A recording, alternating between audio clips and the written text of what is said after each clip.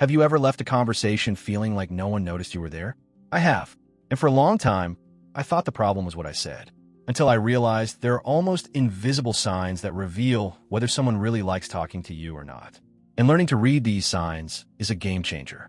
Today, I'm going to teach you one technique powerful to stay in the minds of those who talk to you.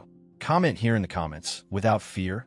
I want to know if I am remembered, and stay with me, because the next few minutes could transform your presence in any conversation. A few years ago, I was at a rather boring event, the kind where no one seems particularly interested in talking, until a guy approached me and started conversation. The conversation wasn't particularly compelling, nor did it have any profound themes. But even so, I remember him clearly to this day. And no, it wasn't because of his clothes nor what he said. It was because of the sense of lightness and presence he conveyed. He made me feel heard, respected, and that, without exaggeration, marked that day for me. That's when it hit me. I realized that what makes someone memorable isn't the number of words they speak, nor their exaggerated charisma. It's the emotional impact they leave, that kind of energy that stays with you even after the conversation is over. Back then, I was still trying too hard to impress. I prepared sentences, rehearsed stories, and thought I had to sound intelligent all the time. But the more I did this, the less people connected with me. And it was only when I shifted my focus, when I started prioritizing the other person's emotional experience, that things began to turn around. Today, I understand with absolute clarity that the true difference in a conversation isn't being the funniest, the most insightful, or the most talkative. It's how you make the other person feel. When someone talks to you and leaves feeling seen, truly listened to, and respected in every detail, that's what they'll remember. That's what emotional impact is. And when you learn to leave that kind of mark, you become practically impossible to ignore. And the curious thing is that this doesn't require much effort. Sometimes it's something as simple as a present look, a sincere interest, or a respectful pause at the right moment. These small gestures activate something in the other person's brain that says that conversation was different. And that's where your power to be remembered begins. Over time, I began to notice a curious pattern. Some people would say things so specific, so genuine, that they stuck in my memory as if branded with a hot iron. I didn't remember the entire conversation, but one phrase, a single phrase, would resonate days later. It was as if those words had found a special place in my mind. I call them magnet phrase, because it pulls the memory of the conversation back every time a similar emotion arises. Once, after a talk, someone came up to me and said, "You have a gift for making heavy ideas seem easy to carry." That disarmed me. It wasn't a generic compliment. It was something personal, unique, impossible to replicate. And that's why it stuck. That's when I understood the power of catchphrase. These are phrases that break free from the rote and carry truth. Phrases like, "You have an energy that cleanses the air," or "Your calm is contagious without effort," aren't just words. They're emotional seals, brands that stick to a person's identity. And interestingly, science backs this up. Research from Stanford shows that unusual emotional phrases have a much higher retention rate than any other form of communication. They access the limbic system, the part of the brain responsible for emotions and lasting memories. This explains why some compliments fade in minutes and others linger for years. Since understanding this, I've started using these types of phrases intentionally. Not forced, but based on listening. When you truly pay attention to someone, you notice unique details. And when you verbalize this, you create a powerful connection. A well-placed catchphrase can make someone remember you for the rest of their life. And not because of a brilliant argument, but because you saw something in them that no one else did. And it was precisely when I developed this more attentive listening that I discovered one of the strongest signs that someone really likes talking to you. And that's what I'm going to tell you about now. One of the biggest turning points in my communication skills happened the day I realized that being remembered isn't about talking more, but about listening better. I used to think I needed to be the most interesting person in the room, but the most memorable conversations of my life were those where someone actually listened to me. They didn't pretend to listen. They really listened. They paid attention to the details, the tone of my voice, the pauses, the subtext. I'll tell you about a situation I've never forgotten. I was sitting in a row at a bank, completely impatient, when I struck up a conversation with a woman. But instead of talking about the weather or anything trivial, I asked her what the greatest lesson life had taught her was. That triggered something. She began speaking with such lucidity and emotion that 40 minutes later we were still there, as if the world outside had stopped. 2 weeks later, She returned to that same bank just to thank me. She said that conversation was one of the most meaningful of her life. I'd never heard that from anyone before. It was that day that I understood that the true impact of a conversation lies in how you validate the other person. When someone feels truly listened to, that they don't have to prove anything, that they can simply be, something changes. And that's when the clear signs that the person enjoys your presence appear. The sparkle in their eyes, the leaning of their body toward you, the lack of rush.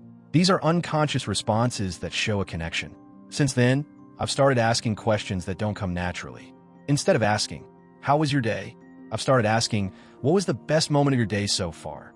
Or, "What's something you've experienced recently that you wish everyone could experience too?" These questions awaken stories most people keep to themselves. And when you become someone they can share them with, you become impossible to forget.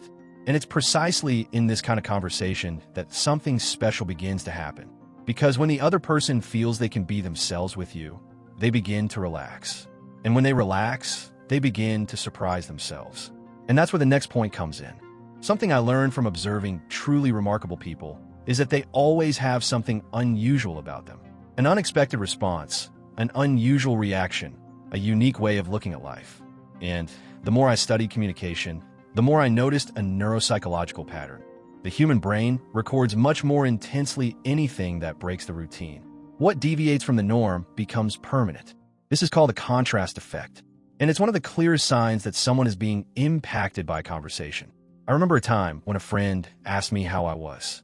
Instead of responding with a classic, "I'm fine," I said something different like, "Today, I feel like a Sunday afternoon smelling of coffee, a little calm, a little nostalgic, but full of ideas." He laughed immediately and later told me that phrase stuck with him for days. And it wasn't just because of the unusual answer. It was because of the contrast it created with what he expected. A break from the norm that brought lightness, humor, and presence all at once. And it's not just a matter of being creative. It's biological. Researcher Carmen Simon, a specialist in cognitive neuroscience, discovered that unexpected elements increase memory retention by up to 90%.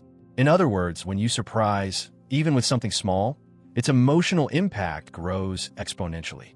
Once I understood this, I started playing with contrast in everyday situations. When everyone was complaining about traffic, I'd say it gave me time to listen to ideas that could change my day. When someone was bad-mouthing Monday, I'd say Monday was my new reset button. These are details, yes, but it's these details that make you stand out, that make you memorable. And most importantly, these are the moments that make the person on the other end smile, relax, and want to keep talking to you. And it was when I began to combine this surprise effect with a personal gesture, an emotional symbol, that my presence became truly unforgettable. And that's what I want to tell you about now. Over time, I've come to understand that the final impression of a conversation carries as much weight as the first. Sometimes even more. It's that final gesture, that final phrase, that small detail that echoes in the other person's mind long after the conversation is over. And that's when I decided to create my own ritual, a personal signature that would end each interaction, leaving a clear emotional mark. Nothing exaggerated, nothing forced, just something that was my own. I began to say goodbye with a simple but powerful phrase. I usually said something like, "It was nice talking to you, really," or "It's okay, really." And over time, I realized that these phrases, because they were simple, sincere, and unexpected, created a unique emotional bond. They were words that resonated because they were meant to be. When used truthfully, phrases like these create a lasting impression and keep the conversation resonating in the other person's mind. I also developed the habit of adapting these phrases to the moment. On difficult days, I would say, "I hope your day goes as smoothly as this conversation." In deeper encounters, he would release a "that conversation made the day." And in faster exchanges, I used a "it was special talking to you," even if it was quick. They all have one thing in common. They leave people feeling like that interaction was valuable. These small rituals, when used with truth, transform any ordinary conversation into a powerful emotional experience. And when you make a habit, people don't just enjoy talking to you. They miss you. They associate you with a good feeling. And that's far more powerful than any brilliant argument or memorized phrase. And then comes the big turning point. Because when you master these details, the listening, the emotional impact, the surprise, and the symbol, you not only begin to notice the signs that someone likes talking to you, but you also begin to naturally elicit those signs. And that's what completes the cycle. The technique for staying on the minds of those you talk to doesn't depend on being extroverted or mastering complex persuasion techniques.